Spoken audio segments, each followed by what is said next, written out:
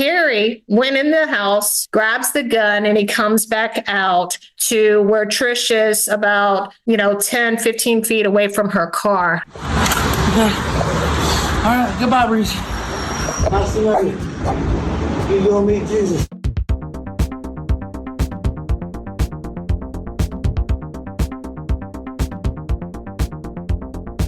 I guess we can you just introduce yourself? My name's Mary Dees. I live in Orlando, Florida.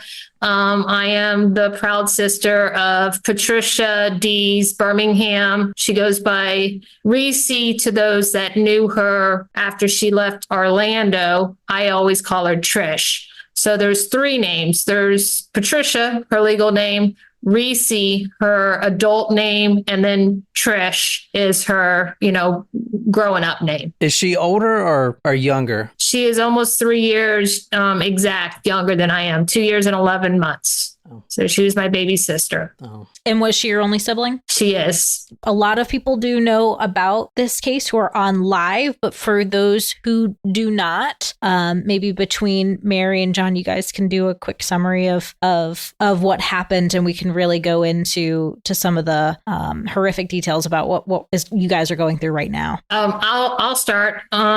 So my sister, visited more times than she ever had in 2020 and 2021. It was really interesting how many times we got together, because usually it was 1 or 2 times a year.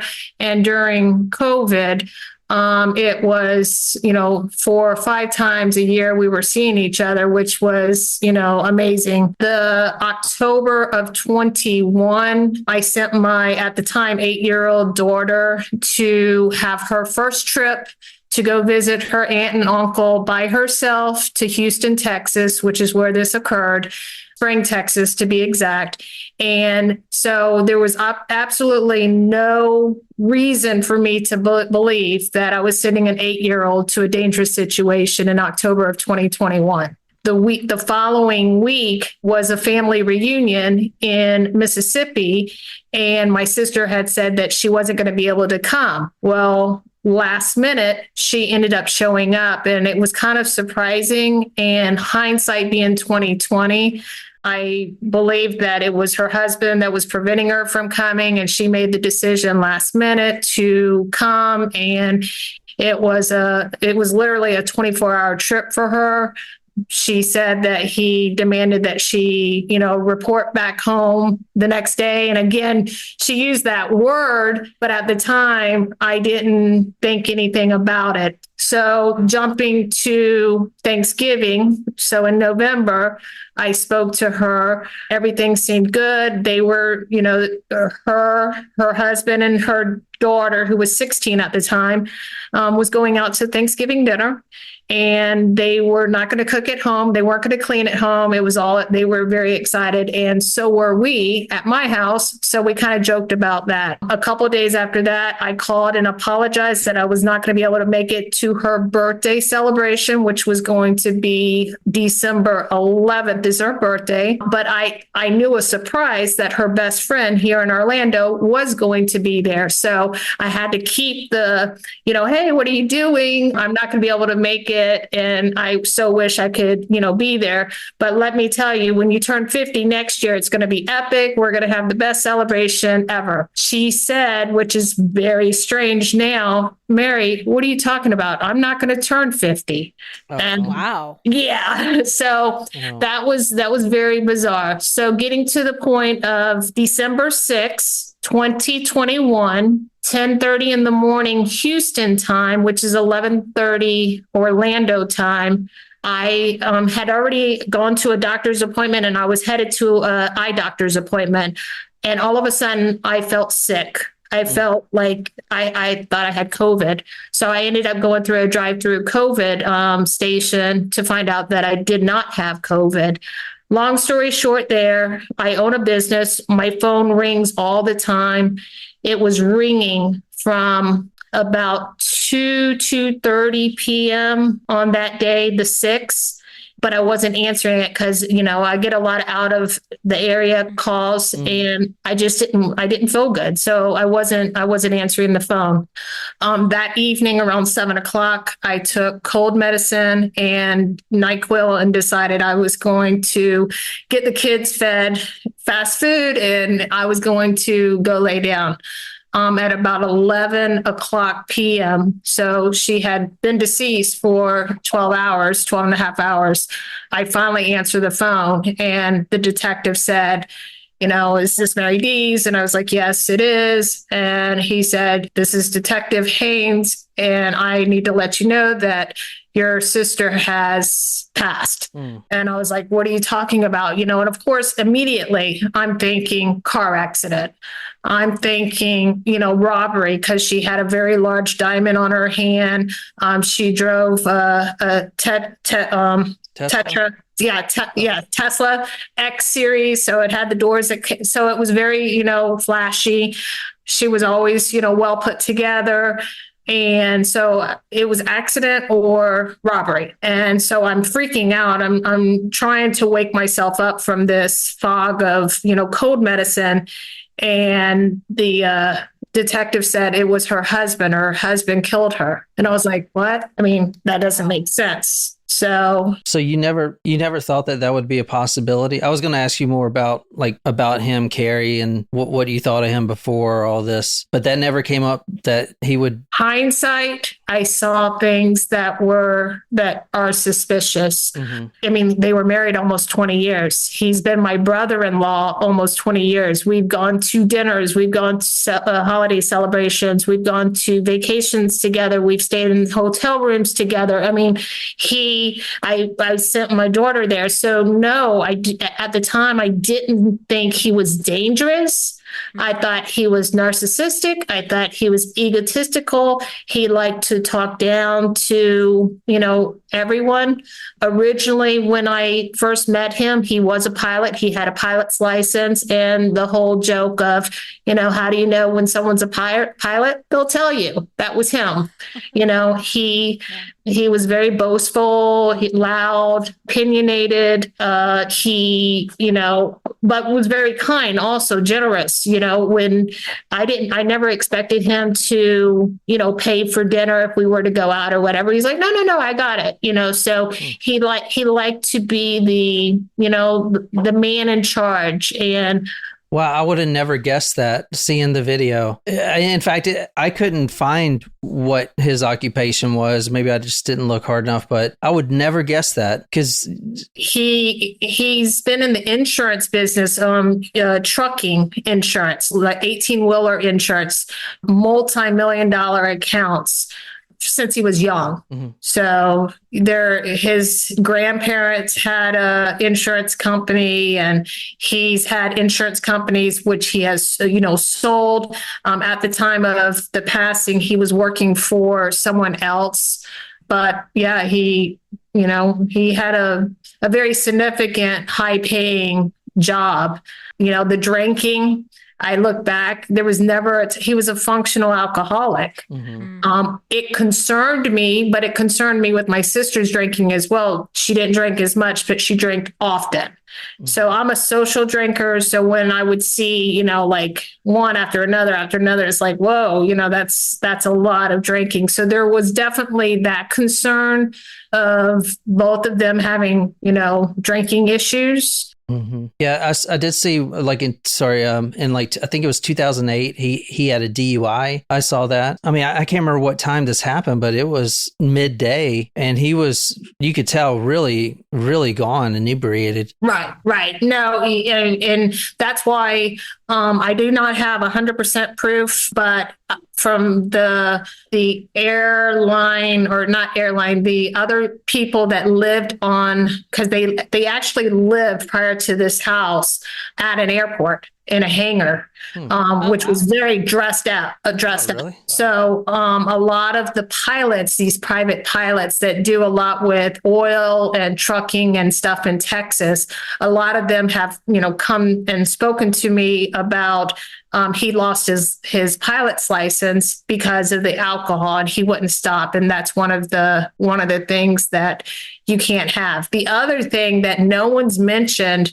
besides holding an insurance license, besides holding, a pilot's license at one time, he was an FFL. So he sold and he had a special license where he could sell machine guns, which takes a special type. So he was a gun dealer, basically. Yes. So he could deal in firearms. And the house was, when I got there, he was in jail for less than 48 hours, which I hope we have time to get to. But the house was just loaded, and the hangar that they rented was also loaded with firearms and ammo. And there was and no one's brought this up, there was a burglary the night of my sister's passing where a whole bunch of guns and jewelry was stolen. So there's a lot to this story that is questionable. Wow. So it does seem like he has a lot of connections, influence. I know that you mentioned one of the attorneys that was actually not in the courtroom because he's running for the DA in Harris County. But if you look up Dan Cogdell, who's the head attorney, he actually, again, I can't make this stuff up. He was the understudy of a guy named Richard Racehorse Haynes, who in the 70s got off the killer who killed Carrie's biological dad. There's been a 2020 episode on it. Right. So if you look up Cullen Davis, Cullen Davis, murder or mansion murder, his biological father was Stan Farr, which was a basketball player and looks just like Carrie. Yeah. So the problem with, the media frenzy that I've had is there's so many stories out there that are half truths, not getting the full. This is a crazy, one of a kind. You can't make it up. Snowball of bad luck. No kidding. Well, we want to make sure that you get the opportunity to say all the things. We can take as much time as you have. I think part of what is maybe so hard to believe for a lot of people who have seen the video is that there is a video of the entire thing. Okay. All right. Goodbye, Reese. Nice to know you. You go meet Jesus. And how are we not talking about a man who's in prison for the rest of his life? Right. Or that was out on bond for over 2 years. And I've asked, because the court and the prosecutors are being very, very tight with all the records, even with me. I want to know who allowed the video to get out to the media, because now it's there forever. It's, it's never going to go away. And Oli, my niece, she wasn't in the courtroom during that portion of it because it was so just horrific. And, they took a very small clip of the actual murder that took place, and they placed it on the internet everywhere. And someone had to leak that video. Yep. It was not supposed to be leaked. Yeah. Wow. I'm done. I'm done too.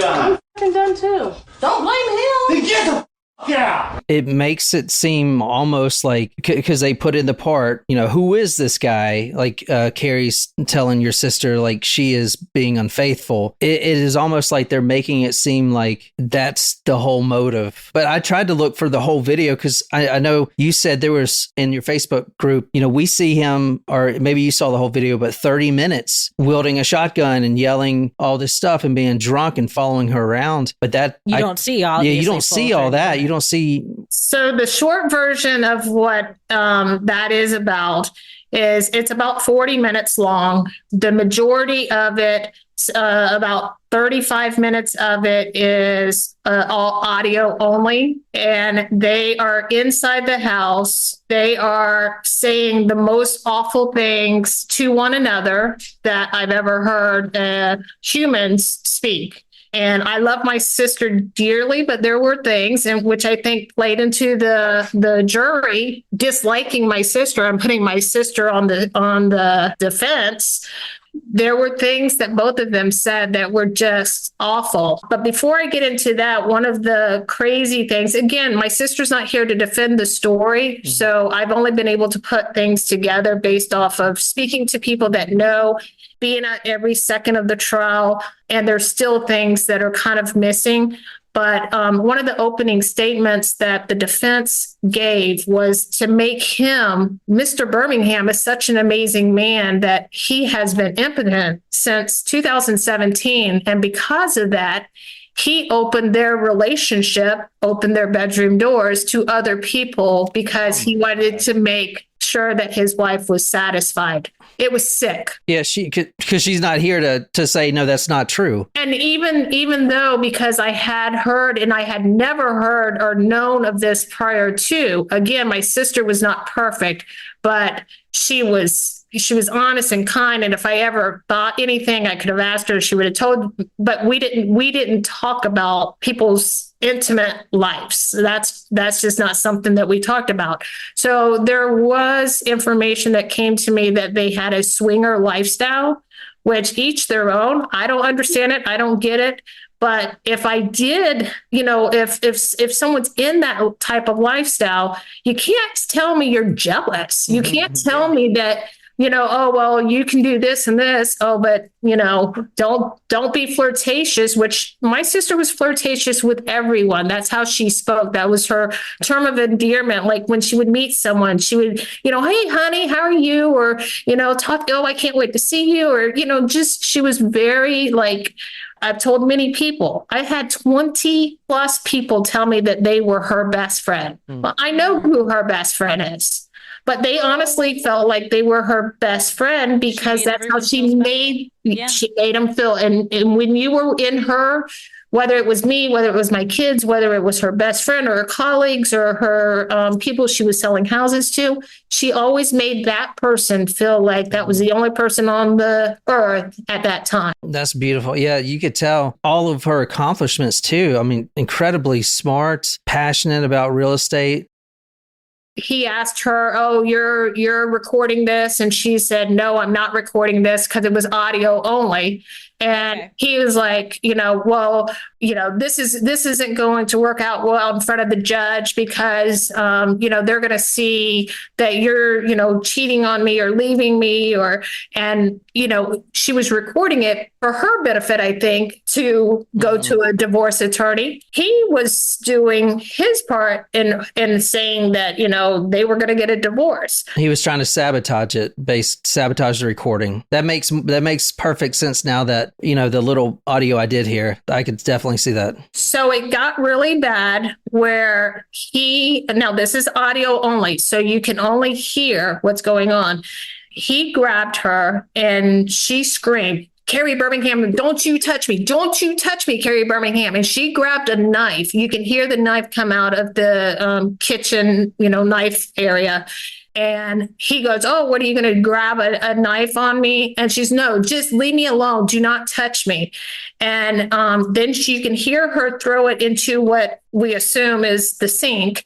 And he goes, I'm going to go get my gun. And she goes, go get your gun again. I'm going to sit right here and just go ahead and wait for you. So again is when I'm like, how did the jury not hear that? So you're telling me that she just said, go get your gun again, that this hasn't happened before. And I've spoken to people that have said that he's threatened guns at her in the past. He never did that in front of me because he would have only ever have done it once. Oh, yeah. But anyway, so she sits down. on the couch, and he comes down. It sounds like he came from upstairs, and he goes, "All I need to do right now is not kill you. I'm going to kill you. yeah. All you're going to need to do is," and he goes, "You better be glad that your friend is still here, because they had a friend there over the weekend," which stirred up a lot of this, him being upset, because on Sunday, so again, sudden passion, he got mad on Sunday because the friend told him that she was leaving him and taking Oli. So that's what started him getting all up. And my sister was at work, by the way, which was proven with a client that she was working with on showing a house. What was the friend staying with your sister and Carrie at the time? So she was in the house hearing all this. Yes. Oh, wow. And so he said, "Oh, you're lucky your friend's here. So there's there's a witness. The only reason I'm not going to kill you." You just said the only reason I'm not going to kill you is because there's a witness. Well, my sister, being the brave soul that she was, says, "Oh, I think she already left. She probably got an Uber to the airport." So now, because he thought she was still in the house, my sister, who's sitting in the chair saying that she's not going to, be scared of him going and getting a gun, my sister is now telling him there's no witness. So she finally gets up from there, which was, a good portion, because they were going back and forth. Like I said, some of what was said was terrible on both of their sides. She gets up, gets her purse, gets her keys, has her phone, and this is when the video starts. She's exiting out to go to her car. Well, he is now without a gun, comes outside and starts threatening her. Well, she takes off, not to the car. She takes off down the street of this very affluent neighborhood. So other ring cameras are picking up the, chasing. He chases her in his robe without a gun down the street to a cul-de-sac, and she's videoing him, and he's stumbling all over the place, and she starts laughing. My sister has a nervous laugh. That she doesn't get nervous or anything often, but when she does get a little nervous, everything starts being really silly to her, and she'll start giggling. She was giggling, which was kind of eerie for me to hear. So I think the jury felt like, "Oh, you're making fun of him because he's stumbling in his robe that's open, showing all of his, stomach and everything else. And you're not being gentle with this man that's chasing you." Did anyone call the police? No one was there. And thankfully, we'll get to the neighbor. No one saw any of this until after. And then they saw their video cameras once they found out what happened. So she circled back. One of the neighbors said, "Mary, if she would have just come to my house and knocked on the door or, kept going, it wouldn't have happened." But what happened is she circled back. And on the video, she says, "Carrie, are you done playing your stupid games?" And he said, yes, I am. So she's calmly now walking back to her car with her purse, getting with the video still on, getting to the car. Carrie went in the house. The gun I'm guessing, was right there next to the door, because he didn't bring it outside when he did the chase. Grabs the gun, and he comes back out to where Trish is about, 10, 15 feet away from her car. And that's where he starts saying, "Well, what about," and I won't name them because if they are on here, I did tell the guys that I know, the names that he brought up, saying, "Oh, what about this person? You cheated on him." And she's like, "No, we've never been together. He's my friend. We've never, and then he brought up someone else that she dated in high school that visited them with his girlfriend, not, a year ago.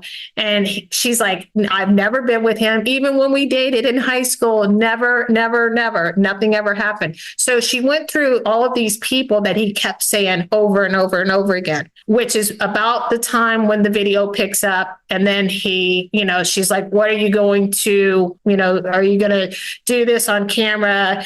And he said, again, "Goodbye, Reese. crazy? I mean, so you have enough to say that, and then I'm gonna have you go meet Jesus? It's disgusting. He already made his mind up.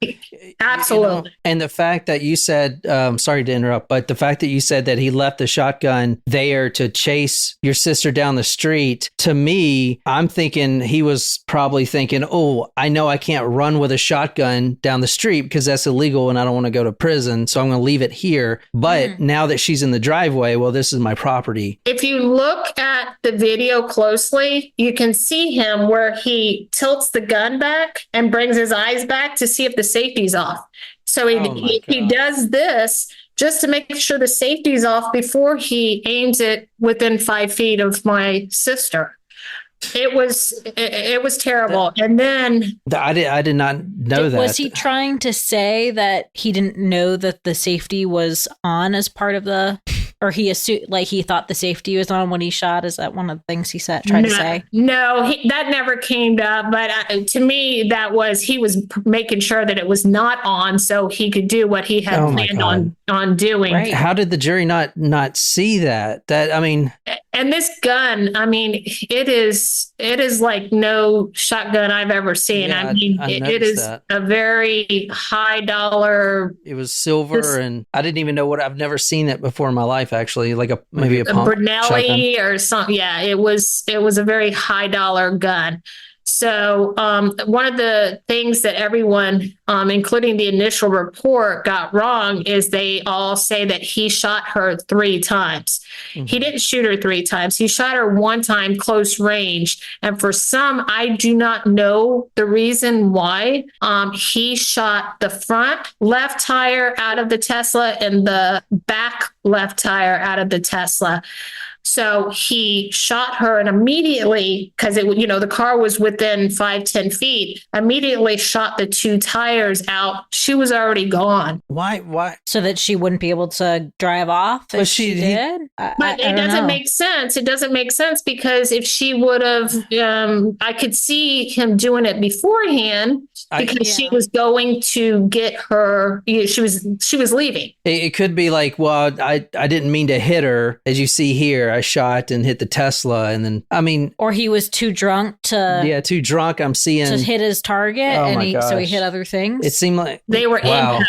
I mean, all 3 were impact. Like, he was walking back to that garage. So, which comes up to the part where he went into the garage, he pulls out a barbecue grill cover, and places that under her and is dragging her. So in the videos that's not shown, but in the videos of her, sadly deceased on the driveway of the house, her arms are up and her hair is all pulled back because he's been dragging her. Because I was like, why is she positioned like that? And again, these were the first time I saw any of the pictures.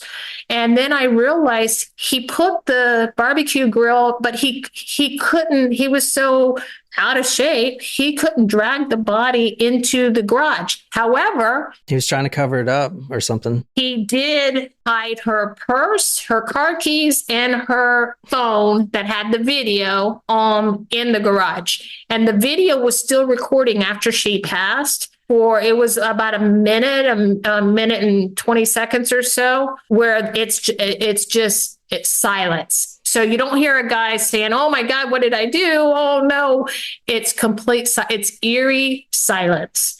And then you see him pick up the phone and pick up her purse, and you're carrying it and putting it into hiding it in the garage. The neighbor heard the gunshots, and her husband came out and they thought there was a robbery. And she's like, "I'm going to call the police. I'm calling the police." They were amazing. Too bad. I mean, I feel bad for them because they had to live next to him for 2 years.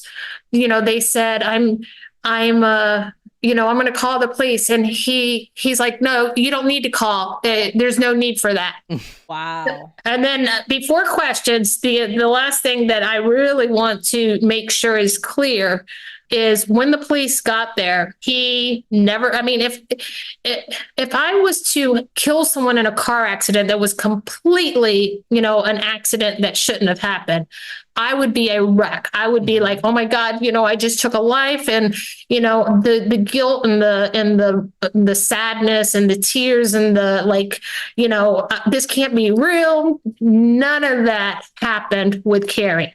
The police came. He never shed a tear, never said, oh, my wife's, dead on the driveway. When they handcuffed him, he sat there and complained that his handcuffs were too tight and that how long is this going to take? You guys don't know who I know downtown. I'm going to make sure. He kept bringing up a police officer that he knows his name. You need to get in touch with them. So you're not dealing with your normal scum. And oh, by the way, if you get me out of this car, gentlemen, we can go into my house and have a conversation. I'll tell you whatever you want to know, as long as you make me a vodka with a shot of cranberry juice. Like, who says this stuff? There was nothing. Wow. For over 2 hours. Now it started raining. It was chilly. It was December. Never once said, can you please get my wife off the concrete and respect her, her passing, or nothing.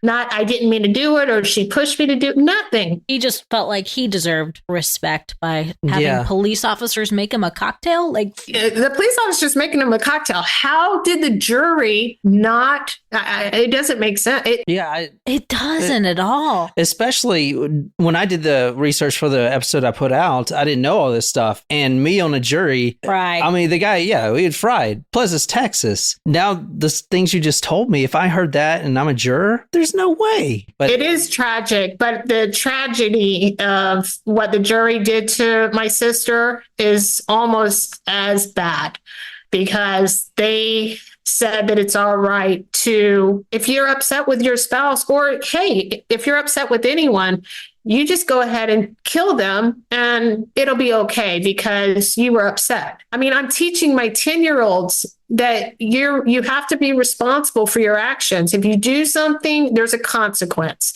Do something small, it's a small consequence. Do something big, it's a big consequence.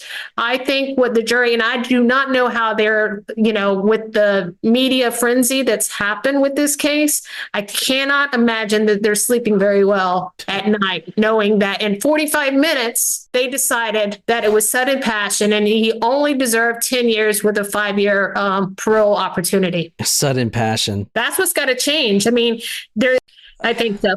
Sudden passion to me is I walk in on my spouse in the middle of an act and I have a gun. Exactly. And I freak out. But let me tell you, even after I do that, I'm going back to the car accident scenario. I'm going to be like, calling 911. Oh my God. I just, panic.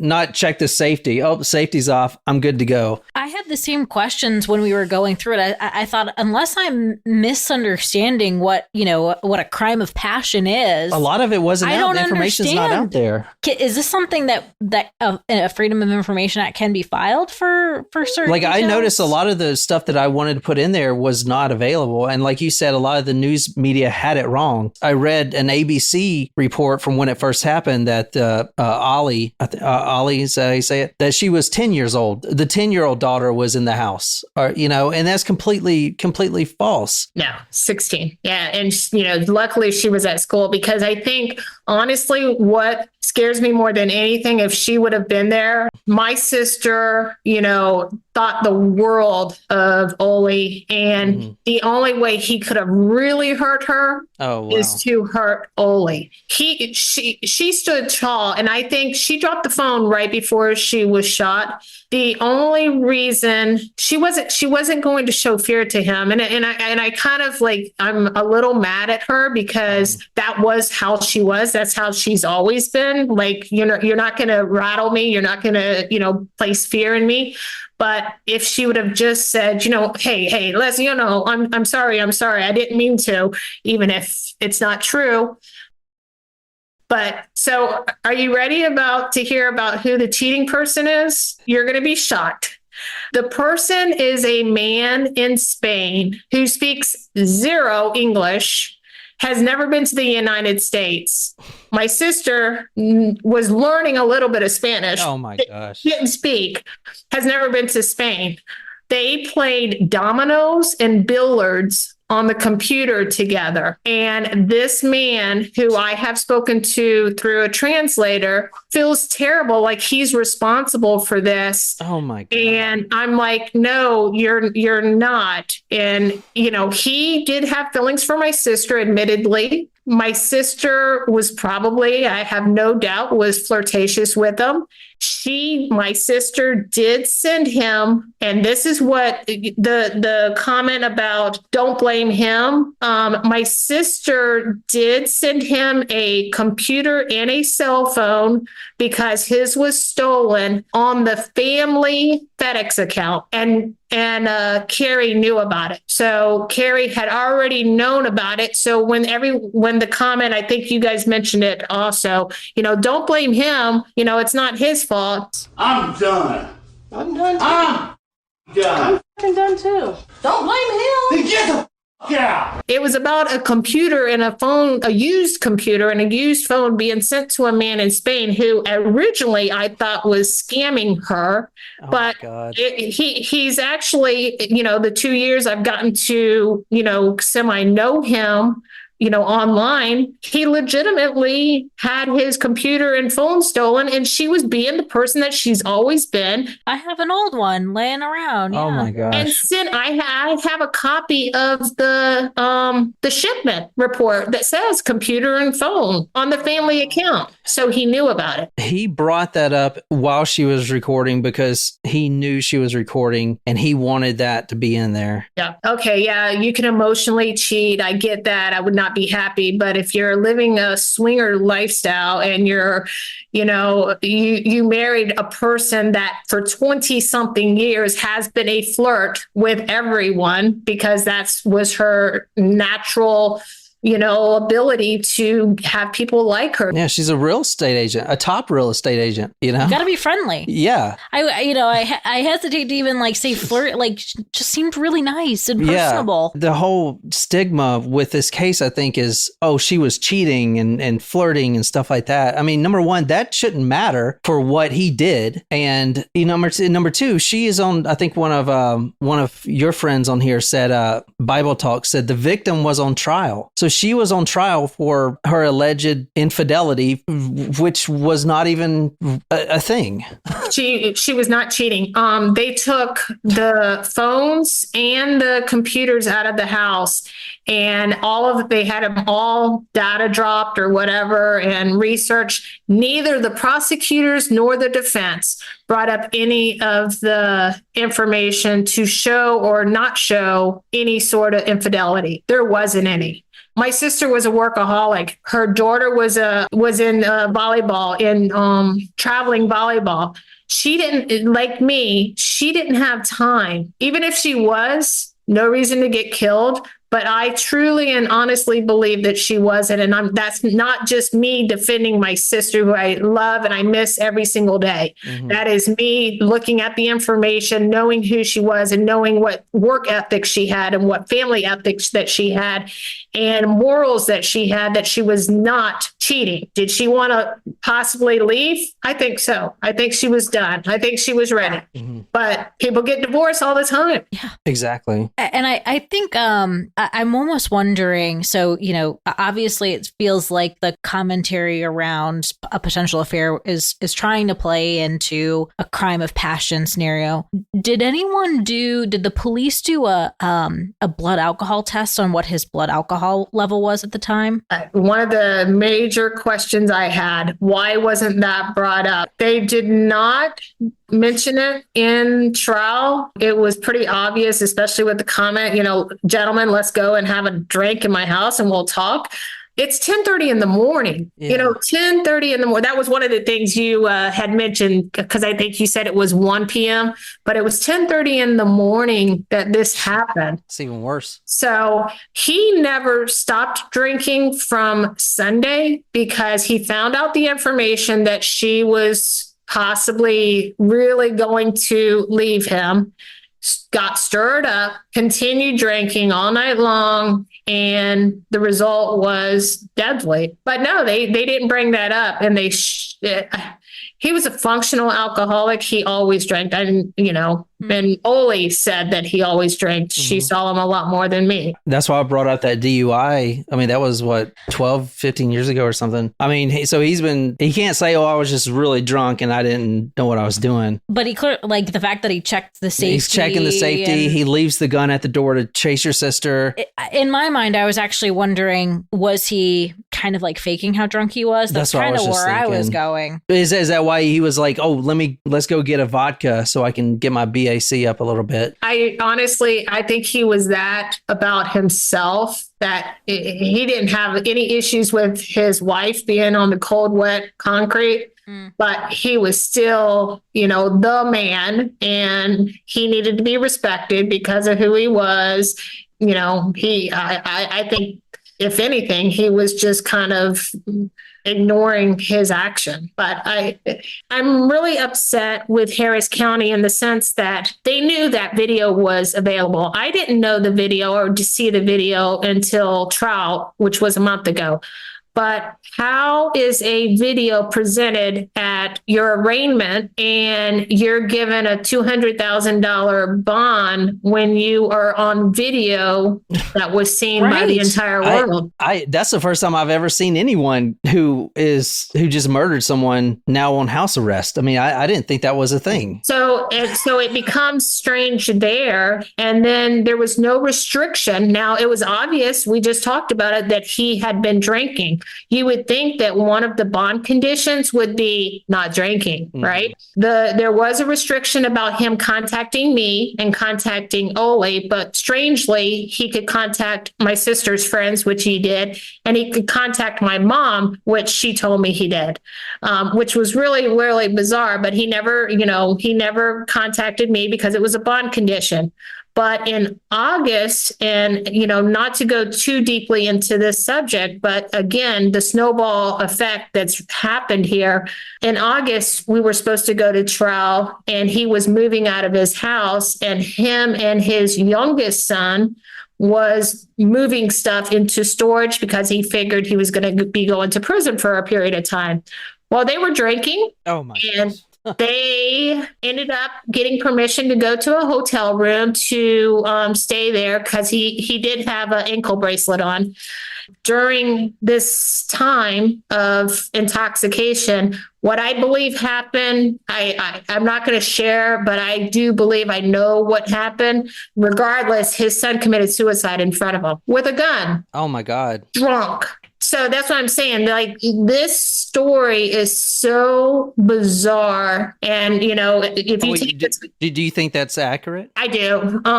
There was sickening video of that incident on the police cameras. That statements that he made, he's like, I'm currently being charged for, murdering my wife. It didn't work out real well for her on the driveway of the concrete. Oh, my God. It was another drunken, and we're talking a year and a half, more than almost 2 years after he killed. So he saw my sister's head blown off, and he saw his son's head blown off. And this person neither time showed a lot of normal reaction. Yeah, no emotion. Yeah, you had mentioned he was a narcissist, I believe. And the jury didn't get to see all of it. So they cut out a lot of that incident in August because they said it wasn't relevant. But wow. Him drinking while on bond is definitely. I thought the ankle bracelets monitored BAC. They did see it, and they did see his drunkenness and some of his reaction. But how did they find, my sister guilty, basically? How does that happen? And how does someone get a bond when they've killed someone on video and obviously have a drinking issue and not have a restriction of alcohol and drugs? I don't get it. The laws have to change. And that's where the only justice I can get for my sister now is that we get the information out there that this law for sudden passion is not appropriate. It allows people an excuse to kill others. And, bond restrictions need to be either not given or more restrictive. He had more freedoms than I did. He was able to go to the grocery store a couple times a week. I wish I could go to the grocery store a couple times a week. He was able to go on walks around the neighborhood. I would get calls from his neighbors saying, oh, your brother-in-law is walking around, just it's wow. Things have to change legally. 100%. I mean, I still, it's so hard to wrap your mind around the fact that there is no questioning what he did, right? Like it's obvious, it's recorded. Mm-hmm. So in the scenario where he's released on bond, it truly just does not compute to me. Of course, he's going to go to prison for some period of time. Should be a heck of a lot longer. So I can't. My brain just can't get there. The strategy was perfect. It was brilliant. He changed it the moment the opening statements were supposed to start. So he went from a not guilty to, okay, I'm going to change it to guilty, and I'm going to mercy of the court. Mm-hmm. So they had to give him something because they couldn't not send him to prison because he was deemed guilty. But because they had to go through all of the evidence, because in Texas they get to choose the sentencing phase. So they still had to go through it. So he literally got the minimum. They could have done 5 years, he would have gotten out in 2.5, I guess. But they did the absolute minimum sentencing that they could have allowed. And they did it in 45 minutes, which is another it doesn't make sense how 12 women are able to even, begin discussing a case like this. That was another thing too. I forgot the 12 women juror, which is, Do you think that played into it? The fact that it was all females on the jury? So originally because I didn't get to sit in jury selection, they refused to allow me to. So I don't know what questions or how that proceeded. But when I went in and saw the jury of 14 women, because there was 2 alternates, and I'm like, you've got to be kidding me. You've got to be kidding me. 14 women in the jury box, 2 women on the prosecutor, a judge that's a woman. This guy, he's gone. They're going to throw away the key. I know. That's what right? I would have thought too. I really would have just assumed like, oh yeah, it'll be all taken care of. Justice will be served. I think that's really weird. I know John played a lot into this when we were talking about this. I feel like a lot of the blame was shifted to a whole potential affair thing. And I don't know if it's just a morality thing and people were like offended by that concept, which is just crazy to me. I don't know. I am struggling so hard to still understand how it got there at all. Yeah, me too. And I was there. And I think if a man was on there, because, I'm teaching my 10-year-old son, I don't care what your sister did to you. I don't care what the little friend at school did. You never touch a woman. You never touch a girl, ever, ever, ever. If you have to protect someone and it involves it, you better make sure that, it's protecting someone else, but you never touch a woman. So I don't know, maybe if a man was on the jury, that it would have been, at least discuss it for more than 45 minutes or an hour. I mean, that's what makes me mad is like, you guys, and they would not tell the prosecutors the whys. And from what I've been told, that's very unusual that none of the jurors communicated with the attorneys on why they decided what they decided. And none of them opted to come and hear our victim impact statements. Oh, wow. Wow. I wonder if they do feel guilty. The jurors feel guilty now. I think they have to after the past month of media. I can't imagine them not having some sort of question in their mind. I would imagine. So there's been, you say, more attention on the case given the light sentencing. It's almost like it added more attention to it than there was before. Yeah. So I think because of the video, which is disturbing to me, like who leaked the video, because a lot of my family, my grandfather, a lot of people people have access to that video that shouldn't have access to that video. Yes. My kids, but I took my kids and my niece on a cruise for spring break, which was the week after, which was much needed. And we were recognized in Turks and Caicos What?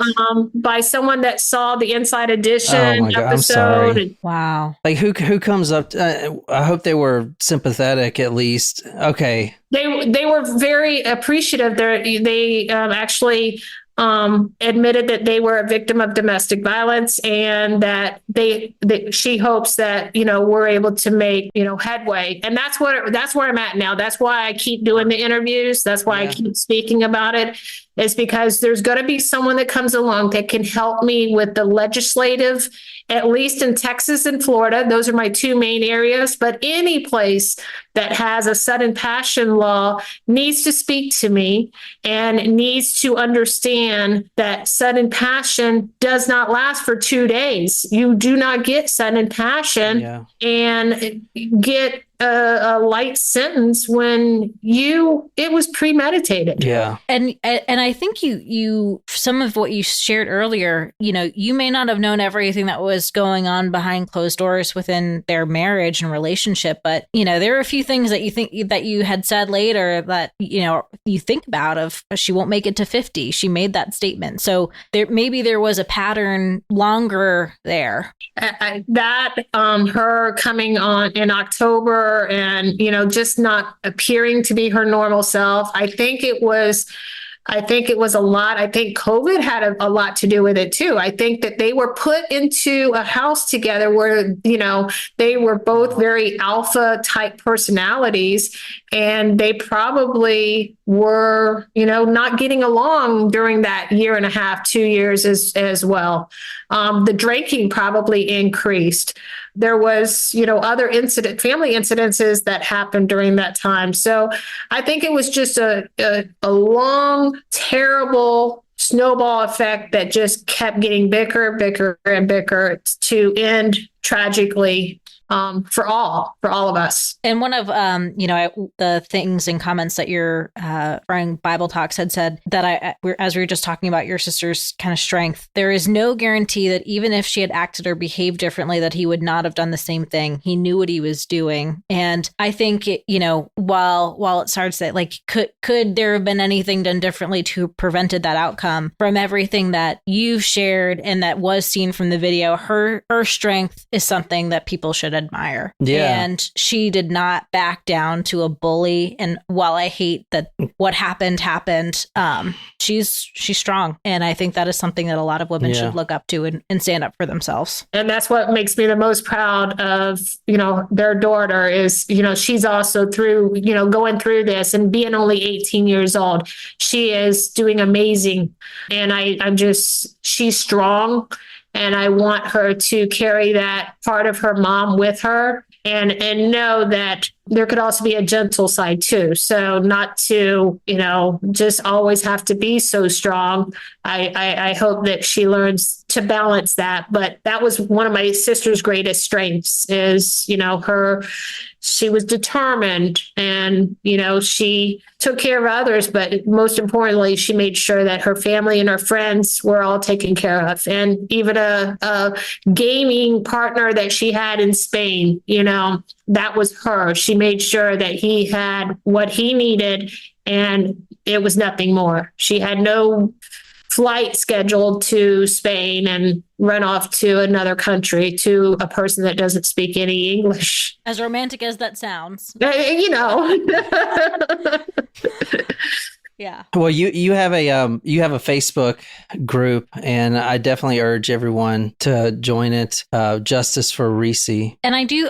So you are trying to at least start in Texas and Florida to get some legislation addressed at this point. Yes.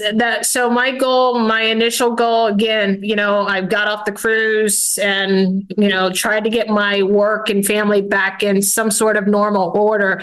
But my first goals is to make sure that I reach out to different people that, make laws, legislators, people that are activists in domestic violence awareness, and also domestic violence groups. I spoke to someone in Ohio already Charleston, I welcome any organizations to contact me, because if my sharing the story to someone, it can make a difference, then my sister did not die in vain.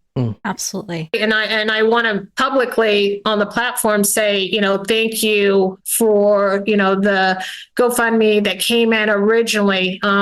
It was over $16,000 just in expense. I kept record of every single penny. It was very, very costly to do that. I'm glad I was able to, having young kids, I have a 150-pound Great Dane over there, so God. it's not like I could just take off without having a lot of help. So, I'm glad I was able to do that. But if we get to the point of, needing, because I know when you start trying to change laws, there's a lot of things that, go into that. And then, the traveling and everything else. I'm not going to be afraid to ask. I think there's enough people that have heard the story that truly understand that I'm doing this on behalf of all of us in the name of my sister. There's no self-interest here, that I really want to make a difference for those in domestic violence situations. And that being said, I know that we're probably out of time. Domestic violence is not just physical. My sister was more emotional and financial. The financial abuse, hindsight being 2020, there were many times her and I were out and her credit card would be turned off by her husband. And that was, she would say, he just wants me to call him. I'm not calling him back. I need to call Carrie and tell him to turn the credit card. That's abuse. That's abuse. That's control. And childish too. So I just want to make sure that people that may hear this, just because someone hasn't hit you doesn't mean that you're not being abused. Yes. If you have a little bit of time, would you mind if we went through a couple of the questions that were posted in the chat, if that's okay? I'm starting from a little bit at the top. Some of them we kind of answered as we were talking. Did you ever notice a change in Carrie's behavior, particularly when he was drunk? So was he mouthy, or did he escalate his behaviors when he was drinking? Yes, especially when we would vacation a couple times in Destin, but other places where he would get mad at other people, like he would strike out, like he would get aggravated, his face would get all red, and it was never towards me or my kids or my sister or Oli, but I was like, control. You're out of control. And he would, admit, I've had too much to drink. And, I shouldn't have said that to, he would make comments that were not kind, regarding other people. So yes, I have seen it, but never directly towards the family. One of our other supporters had said, I don't know how long or how well you knew him. I assume that causes very conflicting emotions toward him now. What is your current perception and opinions about him after everything? That's a great question. Will you ever forgive him, do you think? It's a very good question. I went into the trial praying for 2 years to be able to forgive him. And during my victim impact statement, I apologized to him and to God, because I was like, after seeing this evidence, I can't forgive you right now. And I'm so sorry. Yes, I've been torn. This is a man that I've loved as my brother-in-law for 20 years. This is not how the story was supposed to be written. They were individually, they were both able to move on and find success and continue with the family of, Oli and my kids and me. And I would have never turned my back on him. And it's hard for me now because it's two different people. One of the last texts that I got from him, and I shared with him in my victim impact, is, Mary, if you're still at Publix, can you grab a pineapple? Like, what murderer says, can you grab a pineapple? I mean, it's hard. It's hard because I do have some amazing memories with him, some amazing good times with him. And then I have this. So I hope to be able to forgive him one day. And, I hope to be able to speak to him one day. Did he ever apologize for what he did? So when I gave my victim impact statement, my daughter had written, again, she's 10 now, she had written a little statement that I read before I read mine. And I was looking at him, and he did get a little teared up when I was reading her statement. Then I read my mom's statement, and then I read my statement. He did not show emotion. The worst part was Oli was after me, and he didn't. I was crying listening to Oli.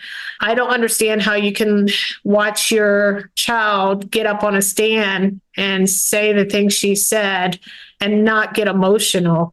If I was him, I would have, shouted out at least to her, but if not to me as well, I'm sorry. I didn't, I'm sorry you're going through this, because our pain was evident. So, no, he has yet to show remorse. Wow. And has Ollie had any communication with him at all? I know that was not allowed for the 2 years leading. Has she since? No, we're building a relationship, that's much stronger due to the circumstances. And, we just spent a little over a week with one another. And I don't think she wants to speak to him to ask why and to basically give her non-court approved opinion of what happened and say some things to him. And she will when she's ready. She's angry. And like she said in the interview, that day she lost both her mom and her dad. And I truly believe that's how she feels. Anyone have any other questions? I think we got through them. And anything else that you can think of to share? I mean, I just am so appreciative that you were willing to take the time to share your story. No, I'm appreciative of you guys getting, the truth out there, and also, allowing a platform to hopefully make a change for these types of crimes and homicides. Still shaking my head. I'm still shaking my head. I'm so sorry. Well, he definitely look up that episode on 2020 on Colin Davis.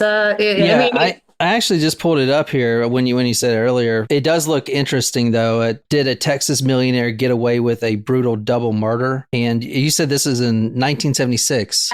I was surprised. I told the prosecutors about it. So they were not even aware of it. Dan Cogdell brought up, poor Mr. Birmingham. He's had a rough life. His father was killed in a homicide in the 70s.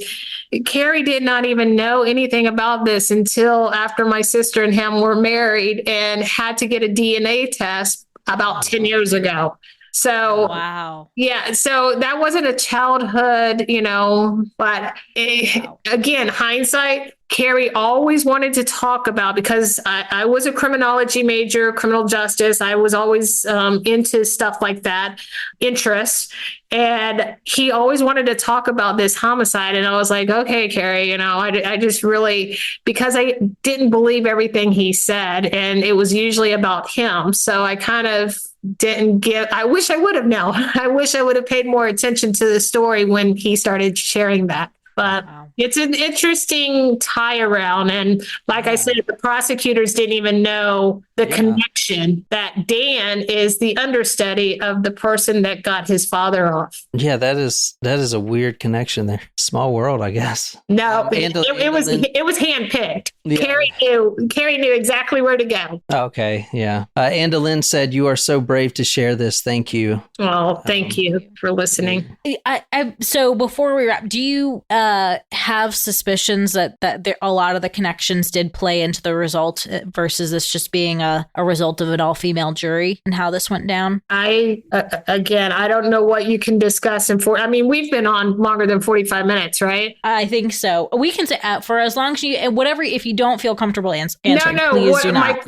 My point is we can go on forever. Well, no, she's saying it took the jury 45 minutes to decide his fate. On someone's fate. That is And here we've talked for longer than 45 minutes, and that there's still so many unanswered, or so many things that we could discuss if we had. Yeah. that is a really really You're great point. Spot on. What it comes down to, the jury wanted to be done. The jury disliked my sister for whatever reason, and they had to give him a sentence of something.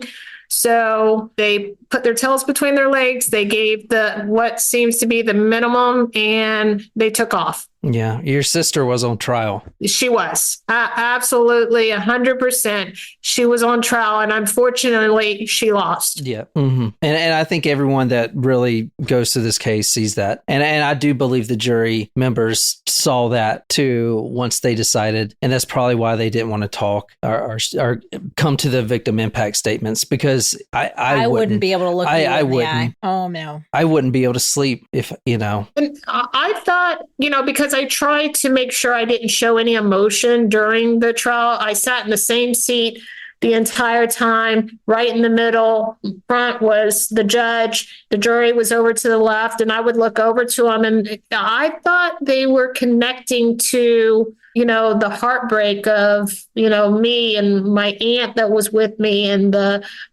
friends that were there. I don't think I will ever and I do think one day one of those jurors is going to reach out to me and talk to me. I just have a feeling that that's going to happen. But until then, I will never understand what they could have discussed in 45 minutes and come to that conclusion when I have tried to look at it in every different way, and it's not correct. The system failed us. The system failed my sister. It did. I do hope that someone reaches out from the jury and speaks to you. I think you're owed that. I really do. You were definitely owed that. Well, and I would keep their information private. So if they're listening to this, reach out to me. I would love to talk to you and find or have a better understanding of why. There's a lot of whys in this entire story. Yeah. And what is the best way to reach you? Through your Facebook page, or do you have probably just reaching out through either the Justice for Reese page, and then you can see my personal page, which I think is how you touch base. A lot of people have been contacting me through that. Well, keep speaking, keep fighting, and thank you for being strong. You are a role model to a family of very strong women. Ollie too. I mean, whatever we can do to help raise awareness, we will. Thank you so much. And yes, if you ever meet with someone that needs someone to talk to that understand, that's the other thing is there's us victim, or there's the victims, and then there's us victims that, unless you've lost someone through domestic homicide or even homicide in general, some of my closest friends now are people in support groups that we understand the grief and the sadness and the ridiculous loss of our loved ones because of someone else unable to, control proper behavior. All right. Well, thank you guys. Thank you. You have a great evening. Thanks Bye-bye. everybody for joining us.